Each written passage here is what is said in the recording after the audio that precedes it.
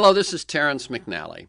I'm recording this intro on Labor Day 2022, which seems a good time to honor and remember Barbara Ehrenreich, author of more than 20 books, who died September 1st at the age of 81. In her bestseller Nickel and Dime, she explored the lives of low-wage workers. And here's my 2005 conversation with Ehrenreich, in which we talk about her follow-up, Bait and Switch, in which she examined the lives of white-collar unemployed. Here are a couple of quotes. The first from Barbara: "I have never seen a conflict between journalism and activism. As a journalist, I search for the truth, but as a moral person, I'm also obliged to do something about it." And the second from her son, writer Ben Ehrenreich: "She was never much for thoughts and prayers, but you can honor her memory by loving one another and by fighting like hell." In the second half, you'll hear my 2009 conversation with one of Latin America's most beloved literary figures, EDUARDO Galeano, who passed away in 2015. His many books include The Open Veins of Latin America and Mirrors, Stories of Almost Everyone. Hello, I'm Terry McNally. Welcome to Free Forum. Who gets left behind in our society these days? In the aftermath of Katrina, we've all seen that the very poor pay dearly for their poverty. But they're not the only ones. In her impactful, best-selling book, Nickel and Dime, Barbara Ehrenreich explored the lives of low-wage workers, those working one or more jobs and still struggling to survive. Now in her new book, Bait and Switch, The Futile Pursuit of the American Dream, Ehrenreich looks at another hidden realm of the economy, the white-collar unemployed. In her earlier book, she worked in the trenches at a restaurant and a Walmart. In this one, armed with a plausible resume of a professional in transition, she attempts to land a middle-class job and fails. Here on Free Forum, we explore the lives, the work, and the ideas of individuals that I suspect hold pieces of the puzzle of a world that just might work. We look at new, innovative, and provocative approaches to business, environment, health, science, politics, media, culture, all based on the fact that I believe we can do better, and I want to find out how.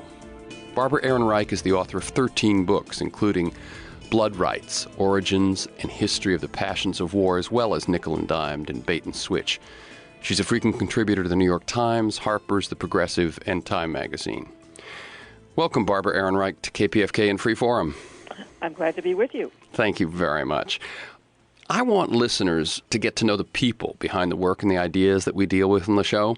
So let me ask you, how did you become a writer, and how do you choose your subjects? Well, I didn't choose to become a writer. At a certain point in my life, in my 20s, I was an activist. And I was working with a group. We worked on advocating better health care for low-income people in New York City, where I had to do a lot of writing for our newsletter and a lot of investigative pieces. And I enjoyed it. So I thought, well, this is, something I can do and I like to do. It was a while, though, before it occurred to me that I might actually, get paid for it. Not much, but, to step into defining myself as a freelance writer. That took a while longer. How do I choose my topics? Well, I guess there are really two forces pushing me one way or another. One is anger, indignation, outrage, whatever happens to be going on at the time. But the other is curiosity. I will admit that is a major factor, that I will get interested in something and become obsessed with trying to get an answer. Okay, and if we look at, as I said, in Nickel and Dime, a book that was quite a phenomenon, you got hired and worked in various of those jobs that are at the very end of the job scale. In the new book, Bait and Switched, when you set out to write it, was this supposed to be a book about looking for a white-collar job or holding one down? I wasn't sure. There was one thing motivating me, and that is that I was getting so many letters from people who had read Nickel and Dime and found themselves in a similar situation, but who had college degrees, often higher degrees than that, who had once held decent-paying white-collar jobs, but then lost their jobs in some sort of downsizing or outsourcing or right-sizing or reorging or whatever the euphemism might be, and then found themselves in a spiral they could not stop that went all the way down to the $7 or $8 an hour level. So this made me think, well, what's going on here? This is something I want to investigate. I won't feel that I have really understood what is happening with poverty in the United States if I don't look more into these somewhat unexpected people and their falls down to poverty. Tell people just a little bit, if you will, of what you did and how it worked out, and then we'll look at the implications. Well, I decided to investigate in the same way that I had done nickel and dimed. Well, I mean, there was a lot of reading and conventional kinds of research, too, but I decided to put myself in the position of a white-collar professional looking for a corporate job and, just physically enter that world, whatever it was.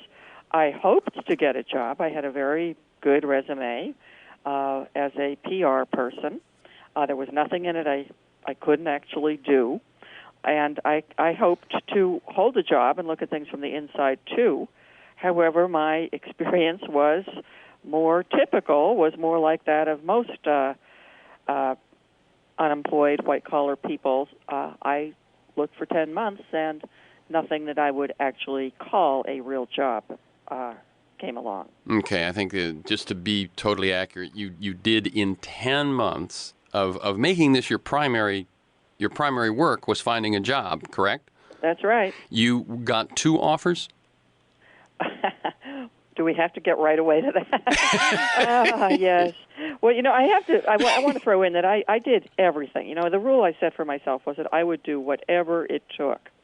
And that meant putting out a lot of money for career coaches, traveling to networking meetings, going to a job seekers boot camp, going to job fairs, just doing everything you can possibly do. So I was, and of course, posting my resume on all the major internet job boards, going to corporate internet sites, applying for jobs directly there, making the follow-up calls. I mean, this is a job. That's right, and it's also expensive. In other words, had you not had savings, this would have put what kind of a dent on someone's credit card, someone who is suddenly out of work? Well, I spent about $6,000 on the job search. So nothing's coming in. It was possible to spend a whole lot more, though. I take some of the possibilities that involved, they would coach you, they would give you the right contacts for an initial fee of about $4,000 and then another $4,000 at the end. That just seemed to me more than I was willing to invest. But you did put out $6,000 for some of these coaches and sessions and so on. Yeah. And I had a makeover. Oh. I became corporate looking. Uh-huh. As a matter of fact, I think I read one review that said you didn't change the lapel pin. That was a mistake. That may be where I went wrong, the lapel pin. And so, again, you finally did, after all of this work, time, investment, and so on, you did get a couple of offers, but... Well, yes. One, my first real resume, my first real interview, I was thrilled. I was so excited. I suited up in my full corporate gear and went for the interview. Well, it turned out this was to sell supplemental health insurance with Aflac, the company with the annoying duck commercials. Yes. And I said I didn't want to be a salesperson. I was a PR person, but I would manage other salespeople. Well, it doesn't work like that. You have to kind of recruit your own people to manage, sort of. Right. You make your own team. So you were allowed to manage if you could find people that wanted you to manage them. Exactly. And so I said, well, naively I asked, is there health insurance? No, even though you'd be selling it. I said, what's the pay? None. Only whatever commissions you can make. And then I said, well, where will I be based at? Where's my office? None. So what? I don't call that a job. That's true. They weren't putting themselves at risk, were they? Nobody would take a risk on me. And the other offer, equally, unrewarding, was to sell cosmetics with Mary Kay. Which is not. I guess it says something to how well I looked in my corporate outfit that I was even offered this position. But again, no pay, no health insurance. No, nothing. And in both of these instances, you had to put up about $2,000 to even get started. And No. Okay. Okay, let me tell people that you're listening to Free Forum on KPFK 90.7 FM in Los Angeles, 98.7 in Santa Barbara, streaming on the web at www.kpfk.org. I'm Terry McNally. I'm speaking with Barbara Ehrenreich, author of the bestseller Nickel and Dimed, about her newest book, Bait and Switch, The Futile Pursuit of the American Dream. You can learn more at www.barbaraehrenreich.com, which you do have to know how to spell, and it's one word, and the Ehrenreich is EHRENREICH. Okay, let's shift to the lessons you took from this. Who do you think is responsible, if anyone, for the plight? There's the increasing number of people who've worked all their lives and suddenly find themselves out of a job, and then the fact that it's much harder than even you imagined to find yourself back in one. Is this a natural consequence of globalization, or what's the role of the corporation, the government, the individual, our culture? Well, as far as I can answer that, there was a seismic shift in corporate culture in the 90s, away from the idea of the corporation as a large unit of people trying to do something together, sell a product, make money, to something much stranger. The fad became, in the mid-90s, downsizing, eliminating as many people as possible, being as lean as possible. We almost take that for granted now. That was not the attitude before. Once there was more of a mutual loyalty between certainly the white-collar people and the higher-ups, the corporation. Now that loyalty is completely gone. People are seen as disposable resources. So there's constant churning in and out of the white-collar corporate world. The first few times it may not be so bad. You may land in a new job. You may do okay, though statistically you're likely to see your income drop with each change. Eventually, when you get past 40 or certainly 45, you're unlikely to get back in if you're in this kind of middle level. Let me ask two quick questions or make observations about that. One is, of course, now we have longer lifespan, and yet people can really be off what used to be a lifetime track, as you say, by the middle 40s. Second is, often if they believe that a younger person with less seniority will be willing to do what you were doing for less money, that's enough for you to be out on the street, isn't it? Yeah, and the perverse thing is that a lot of people being picked off from their jobs are precisely the people who have achieved the most. Because if you achieve, in many cases, you get rewarded with a promotion or higher pay, and that in itself makes you a tempting cost cut to some bean cutter in the corporation. So they say, let's get rid of her. She's making $70,000 a year, and we can hire a 23-year-old. We can work twice as hard, maybe, if that's even possible, and pay half as much. So we it's not the losers that are being skimmed off. It's often the high achievers who are being tossed out. Okay, and one of the things that I know just from working as a consultant myself and talking with other folks is that what often gets lost in that case is not just the personal loses, but the corporation, the organization loses their history. Well, that's a good point. And you do have to wonder, as many management consultants have pointed out, what happens as you have more and more work being done by a smaller number of people who are both exhausted and insecure. And they're not the most experienced people. Exactly. And so they may have a few more high-tech skills they learn playing video games, but there's more to working as part of a team than that. If you had time to think about it, which you have since you were on this search, if you hadn't had a writer's career to fall back on, you would be in dire straits. When you have thought about it, we joked a little bit about the lapel pin. Why do you think you couldn't get hired? And how generalizable do you think that is? I don't know how generalizable my experience is. I'm certainly over 45, and I didn't have a Rolodex full of corporate contacts as I might have had if I had the life I was claiming to have had. But, I saw a lot of younger people who did have the contacts searching for a year or more, 2 years, whatever. So I don't know.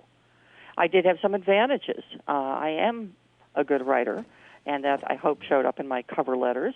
I have a lot of self-confidence in, meeting people. I have, some of the things the career coaches are always urging on you, although I'm not sure I had the appropriately upbeat, positive, perky look at all times. I tried. So I'd say my experience of looking for 10 months is not unusual. Mm-hmm. And I would imagine that no matter how perky you start out with in your first or second month, it may be a lot. There must be an awful lot of feigned perkiness by the time people are in their 6th, 7th month of looking for a job. Yeah. Because it is a important theme in the book, this thing that you just mentioned about the perkiness, the positive attitude, and so on. What is, and now we're going to shift into sort of the underlying lessons here. What's going on there? In other words, what does that happen? What happens to our culture when that feigned perkiness is fairly widespread? What are they telling you there? Well, part of what they're telling you implicitly with all that is that it's really your fault. That if your attitude is good enough, if you beam out positive thoughts to the universe, everything will go well. And if you, have lost a job or something, must have been something wrong with your, quote, personality or your attitude. So you're constantly urged to work on yourself. These coaches and these boot camps and so on, nobody lets you talk about the economy or the market. You have to all focus on this new agey self-improvement work. What does it do to us as a culture when everybody is trying to put on a smiley face? I don't know, but I think we're not professional actors. Mm-hmm. That's asking a lot of people. Right. And I think but that's what they emphasize, that the way to get a job is not to have a great resume, but to be, quote, likable. Mm-hmm. So let me take that broader and say it appears that we're told now that we will only elect, that the U.S. culture will only elect an optimist as president. We're told that people don't want to hear about what's wrong. They want to hear about what's right. We're not allowed to see the dead bodies come back from Iraq. We're told by the administration we're not supposed to place blame now after Katrina. We're just supposed to move on and be positive. Is there a link here? Well, one link I've been thinking about a lot in the last week is that when you're making job choices, selecting employees on the basis of likability and who they know rather than what they can do, you get Michael Brown heading up FEMA. You get a culture of incompetence. And yet that seems to be the way it works. I mean, look at the insistence on networking as the way to get a job, as opposed to, applying, et cetera. What that says is it's not who you are, it's who you know. Mm-hmm. And how you can impress people with your smile and your outfit and so on in a fleeting meeting and a get-together. That's not how you pick competent people. I think we accept a culture of incompetence and cronyism, not just in the government, but in the corporate world. Mm-hmm. Right. That it isn't that Michael Brown is not the exception. It's just Katrina is. Yeah. You're listening to Free Forum, KPFK 90.7 FM, 98.7 in Santa Barbara, streaming on the web at www.kpfk.org. I'm Terry McNally, speaking with Barbara Ehrenreich, author of the phenomenal bestseller Nickel and Dime. We're talking about her new book, Bait and Switch, The Futile Pursuit of the American Dream. You can learn more about these books. You can find reprints of her articles and so on at www.barbaraehrenreich.com. Let me move much broader and talk about Katrina and talk about the United States. I would hope that Katrina is for this country a teachable moment. And one of the thoughts that I have had is that if you look at Katrina and you look at the aftermath, you look at the preparation and you look at the aftermath, that I think we see certainly incompetence. There may be, there's lots of other things you can say, callousness, lack of empathy, et cetera, But incompetence, I think, is the most crucial piece here. And as I look at it, I think it is too simple to place the blame at the administration, at the right, at the Republicans, at George Bush, at Chertoff, at Brown. That basically, and I know this is a big setup, but I'm giving you an opportunity for a long answer here. I used to say before the November election that if Bush won, we would no longer be able to say that these were Bush's deficits or this was Bush's war. That if America reelected him, whether we like it or not individually, it's America's deficits, America's war. This is America's preparation for Katrina and America's aftermath. So what I'm saying is I don't think it's enough to blame the administration. I think that there's something really wrong with both parties and with the whole system that we can't seem to even be competent if we're the administration in power or be competent enough to win elections if the party out of power. I would say if you want this kind of thing not to happen again, we've got to actually restore a functioning democracy to this country. Your thoughts? Well, that's a big, big setup, as you said. I think I'm completely with you. Yes, and it goes beyond. It's not just Republicans. We could find some of the same cronyism and corporate attachments and everything within the Democrats. I think, we've all been shaken. I've been terribly shaken by Katrina. I thought we were better able to respond to something like this. And it shows we have let government fall apart, really. We have let it decay. We've had, ever since Clinton talking about, the era of big government is over, we've had big government in the form of military spending, but very small government when it comes to helping people. And that, I don't want to trivialize this by bringing it around to, again, the fate of the laid-off white-collar folks, but there, too, there's no safety net. You don't have health insurance once you lose your job. Unemployment insurance is inadequate, and it lasts only 6 months. We seem to have let that part of government that represents some kind of mutual assistance and reaching out to others, we've let that decay. And so when we are hit by something terrible, even if it's an individual thing like an illness that comes on top of being laid off, or whether it's a mega disaster like Katrina, there's nothing there. And the media. Let me give you one last final question. As a member of the media, if not the daily media, the media finally seemed to show some spine, some nerve, some sense of reality as they began to show their own personal feelings and insist for some accuracy. Someone would say one thing, an official would say some sort of spin, and they would say, "But that's not true." Something I have not seen them do in almost every other case for the last several years. Do you see any hope of spine lasting? Yeah, I think so. I mean, I think the scandal is right in our faces. There's no avoiding it. There's no avoiding the horrible stain of racism that runs through this lack of response. I'd like to think that everybody is as shaken and shocked as I am, and as eager to see very fundamental change. Okay. We'll leave it at that for now, Barbara. I certainly hope that we can do this again sometime in the future. Let me tell people the new book is Bait and Switch, The Futile Pursuit of the American Dream, and you can learn more about that and Barbara's other work at www.barbaraehrenreich.com, and Ehrenreich is EHRENREICH. Thank you to Zubri Fields, my engineer, Stan Mizrahi, Mark Maxwell in production, Matt Perez in traffic. I look forward to being with you again next week. In the meantime, email me at temcnally@att.net. That's one word, temcnally@att.net.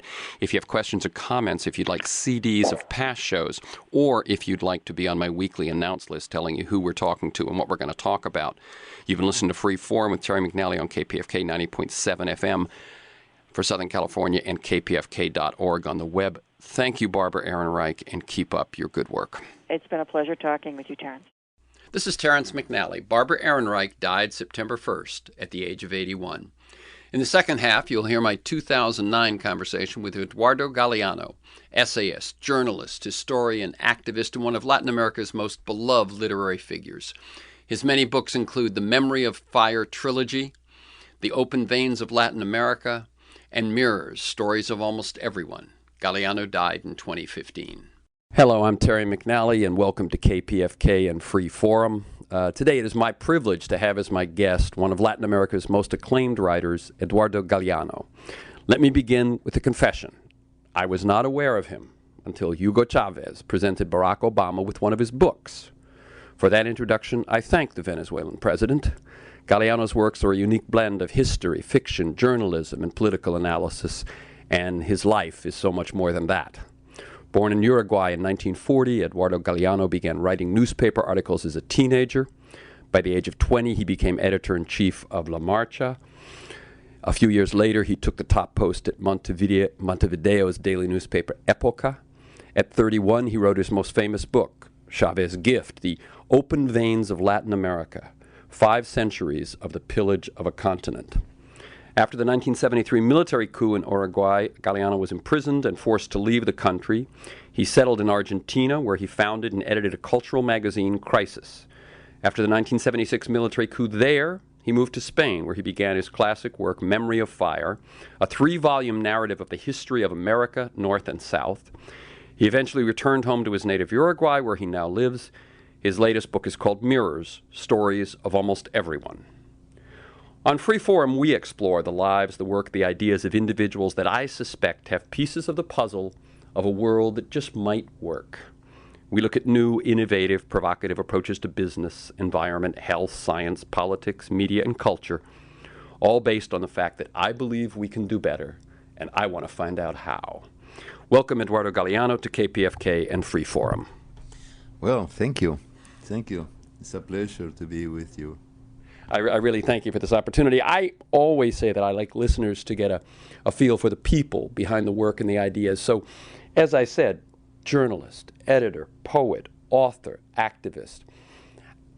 In a very brief way, how do you see your path to what you're doing today? How do you define yourself? I don't know. I have no definition. I hate definitions, because it's like a label, the glue in your front. A barcode. Yeah, something like a barcode. And in our world, in our times, there is this obsession of classifying people, no? And perhaps it's not so innocent. I mean, perhaps it's something useful for collective manipulation. And I don't want to be classified because my literature, what I write, is absolutely unclassifiable. Fortunately enough, it's a synthesis of all the genres. And I'm proud of it because I like violating frontiers. And the frontiers between literary genres are, for me, as hateful, as horrible as any other frontier. For instance, the frontier separating, divorcing the body and the soul, as I was trained to accept in my Catholic childhood, or the frontier separating the mind and the heart. That's why I took from the fishermen in Colombia, on the coast of Colombia, a very beautiful word, a very beautiful expression. They invented it to define the language able to express the truth, which is senti pensante, which means feel thinking. Feel thinking. Feel thinking in a single word. One word. Invented by the fishermen. I was just I took from them, and I always quote them as true authors, but I use it because I think we should recover a feel thinking way of saying and a feel thinking way of living. Having said that, during the course of this fairly brief interview, I do want you to read some of the stories, the selections in Mirrors, and that is a very good introduction, I think, to writing No.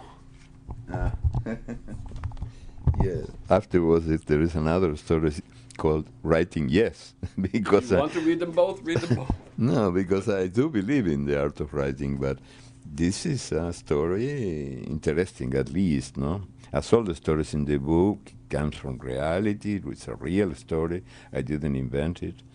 Some 5,000 years before Champollion, the god Thoth traveled to Thebes, and offered King Thamus of Egypt the art of writing.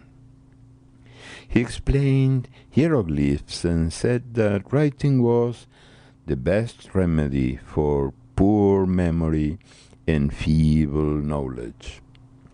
The king refused the gift. Memory? Knowledge? This invention will encourage forgetting.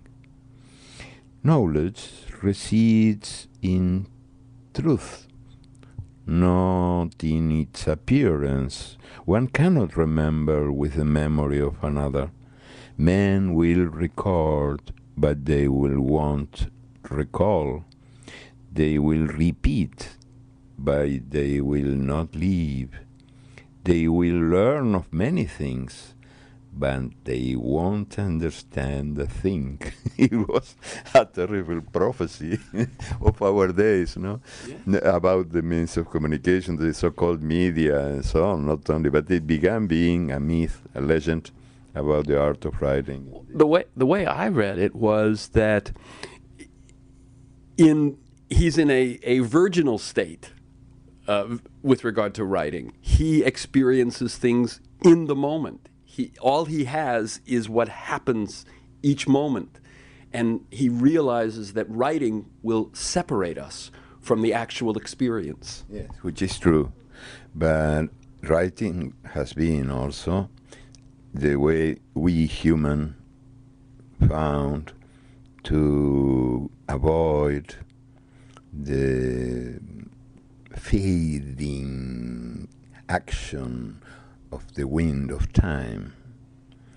It was something like our human right to remember, even if, as that God said, it's impossible to remember with some other one's memory.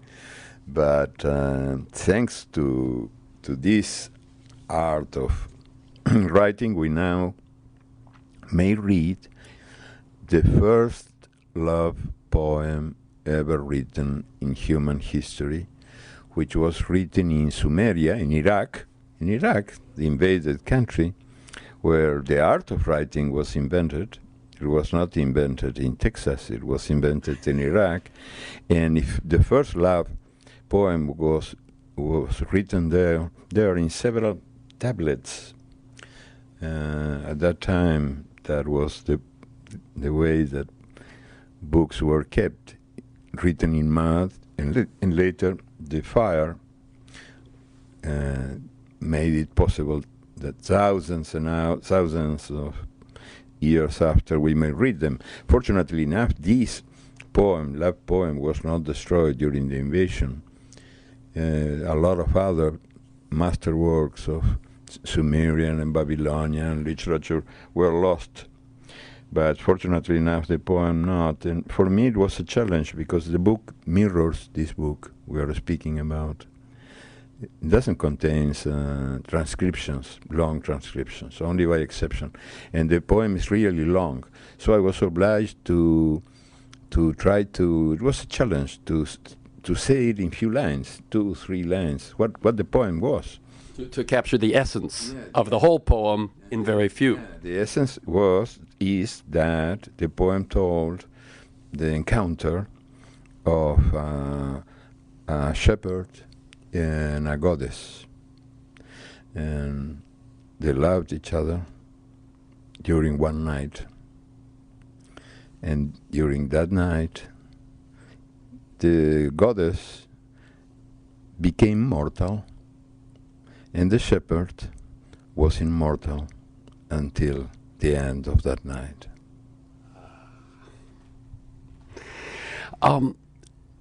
Let me just tell people that I'm Terry McNally. This is Free Forum on KPFK 90.7 FM. And I'm speaking with Eduardo Galeano. He's one of the most acclaimed writers of Latin America. And his book, the Veins of Open Veins of Latin America, was the gift from Hugo Chavez to Barack Obama. And the book mirrors stories of almost everyone, is his most recent gift to all of us, and we are dealing with that. Open Veins was the first stage in a long road in Mirrors. Mirrors is not the last, I hope, but the most recent. But Mirrors is really ambitious, and when I first read what it was, it's 600 short selections, as you can tell, because he's read one, and half a page, many of them. And I thought, I didn't know what to think. And as I read it, I just fell in love with it. And I thought, this is something I would give a young person, to get a history, an anthropology, a political history, a sociology, all of this in one book gathered from everywhere. How did you choose to do something so ambitious? Well, books write me. I don't really write them. They begin growing inside. At the beginning it was one short story, 2, 3, 5. I didn't know it would become a book.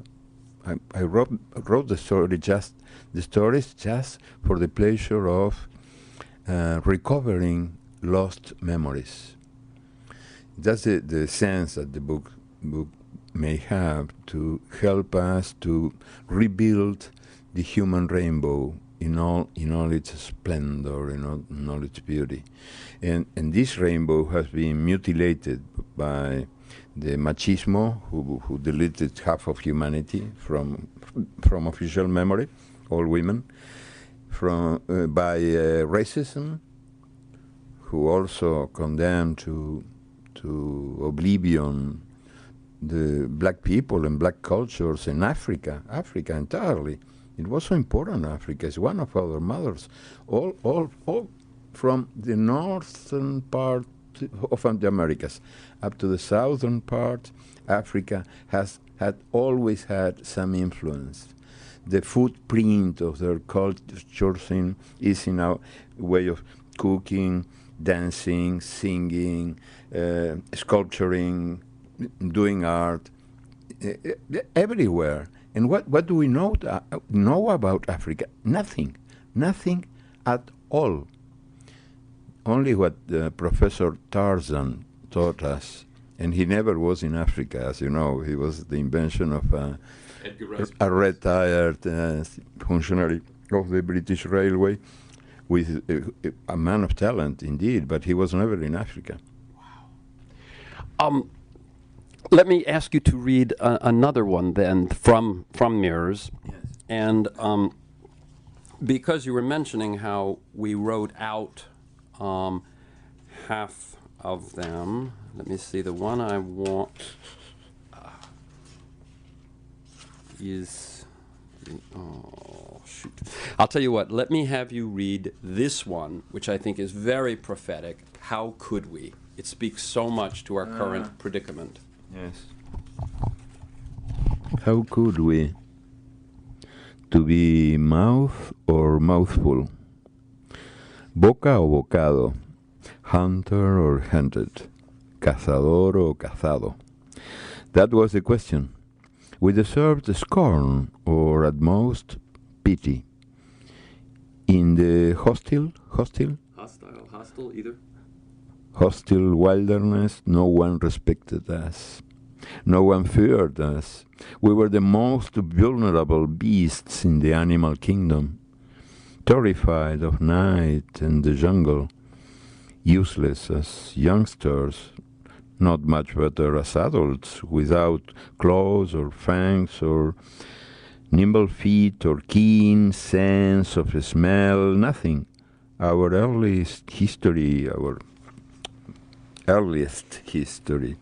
is lost in mist.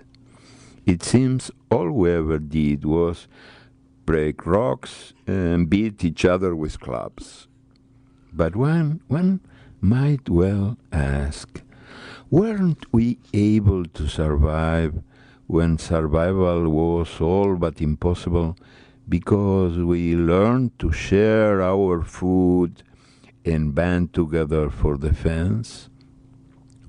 Would today's me first do your round thing, sálvese quien pueda, civilization have lasted more than a single moment? Yeah. I think that's so wonderful because it basically goes back to the root. How did we survive? And it was only our ability, our solidarity, which we now sacrifice. This came just from common sense. I never read it before, but it's an act of common sense. It was impossible. We were so vulnerable. When you compare our babies, recently born babies, with babies coming from other families of animals, it's unbelievable that this baby, completely unable, completely even to walk, to everything, could survive. Only if this baby, our ancestor, had been able to build some solidarity web to protect him or her. And without solidarity, we would not be alive here on Earth. No? This is something coming from common sense and a good source for optimism when you are tempted to think that human condition is doomed to violence and we are obliged to go on exterminating each other because we have this killing instinct inside. And well, perhaps it's true, but we have other instincts inside, fortunately. Yeah. And as we see the current financial crisis brought on, where the whole world suffers for the greed and the complete lack of solidarity of a few, 500, 1,000, something like that. It's unbelievable the results of this crisis, no? The fact that they are being rewarded. I mean, the responsible of this gamble, and now the entire world is suffering the consequences, are being rewarded. It's like Robin Hood, but upside down. Hood Robin. I mean, the stealing the poor to give to the rich. It would be that story told. Absolutely. Now, no? And that's why I had the idea with some friends. We were all drunk to begin a campaign, a charity campaign, and an international campaign with the slogan, "Adopt a banker." What was the first word? Adopt a banker. Adopt a banker. Adopt a banker. I'm speaking with Eduardo Galeano. He's been writing for many, many years. His classic, The Open Veins of Latin America, was the book Hugo Chavez gave to Obama. It's a history of pillage for 5 centuries. Yes. For me, it was a port of departure, not a port of arrival. Right. And I wrote it almost 40 years ago. You were 31. Yes, and at that, not 29 years old at that time, and I really, I'm very proud of this book. But afterwards, I think I could walk on. Once you got that out of the way, then you could along the road open by open veins, and I wrote other books, and I think this one, the last one, is my best, Mirrors. Yes, and I recommend it to anyone. Mirrors, stories of almost everyone. Let me find another. We've got just about 10 minutes. Let me find I've gone through. Here. Origin of Beauty, which I just is itself beautiful and has a... It comes from the same period, the so-called prehistory. Yes, that's where I fell in love with the book, of course. It starts in prehistory.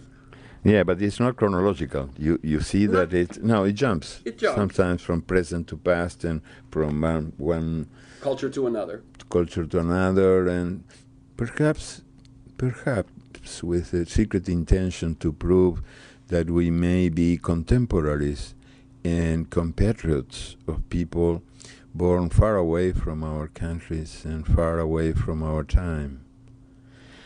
This is called Origin of Beauty. There they are, painted on the walls and ceilings of caves, bison, elk, bears, horses, eagles, women, men. These figures are ageless. They were born thousands upon thousands of years ago, but they are born and born anew every time someone looks at them. How could our ancestor of long ago paint so delicately? How could a brute who fought wild beasts with his bare hands create images so filled with grace?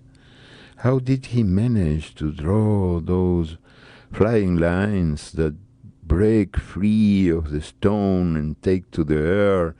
How could he? How could he? Or was it she? Yes.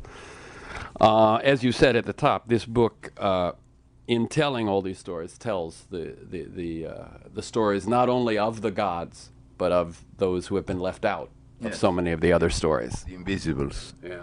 Yes. Let me ask you something else and then go back to root.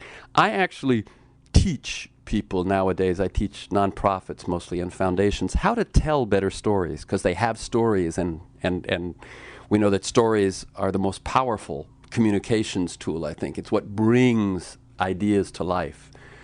Talk just a little bit of story. What is a story? What makes a story, or makes a story powerful, or makes a story work? It's the center of ceremony of communion between the storyteller and the story told, between the reader and the writer, between, it's unbelievable how powerful a story may be to transmit emotions, experiences, ideas. I know that the world was made of atoms, but it was also made from stories.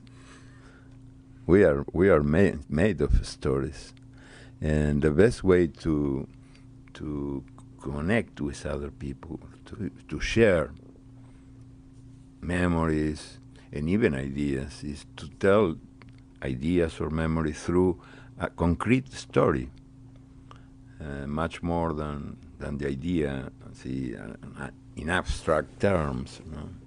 I'm reminded when I'm speaking to you, I have spent very little time in South America, but I spent a little time in Ecuador in the rainforest. And at one point we were like many hours hike, many hours boat ride, and we're in this little bitty village that basically is one man and his several wives and so on. And we are bringing with us the elected head of the Ashwar, who have had contact with the West. And so he's 29. This other gentleman maybe is 45, 50.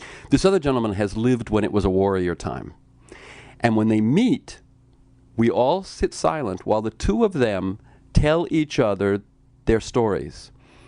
And it went on for maybe 8 or 10 minutes of each one of them in this, what almost sounded like a song. This is something that goes very far back. Sí, historias contadas y cantadas, told and sung, because literary is closely related to music. I believe in the music of languages, and this book is written over a secret river, a melody, making it possible so different, so diverse stories coming from different times and different places because of the secret river, which is flowing, a subterranean river made of music. I think this is how I imagine the book. In other words, as you're writing, and it took, I can imagine, years, you're saying that you had a sense that there was a river of song, a river of sound that you were moving through? Yes, and I certainly do it. Each page I write, as soon as I write it once, twice, thrice, and I get a version that I think is more or less similar to my desire, to what I wish to say. Then I read it in loud voice, because there is a very close relationship between the meaning and the sound. How a word sounds and what does it means. And then for me it's absolutely the adventure of writing is very closely related to music. You know, I was reminded of the little story you tell about the Rosetta Stone. Yes, also, but it's too long to... I know, but what you say is that the scientist, the linguist who tried to figure it out for years and said it's symbols, and couldn't really crack it, and then finally... Yeah, finally he discovered the alphabet of the Egyptians. That those pictures were also sounds. Coming from sounds that had a sound, and also a sign. A sound and a sign.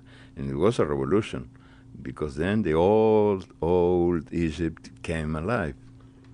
It was like a resurrection of gods and people. And I think this is some of the meaning, the real meaning of the art of writing. Even with all that words we recall of God taught. Who said no.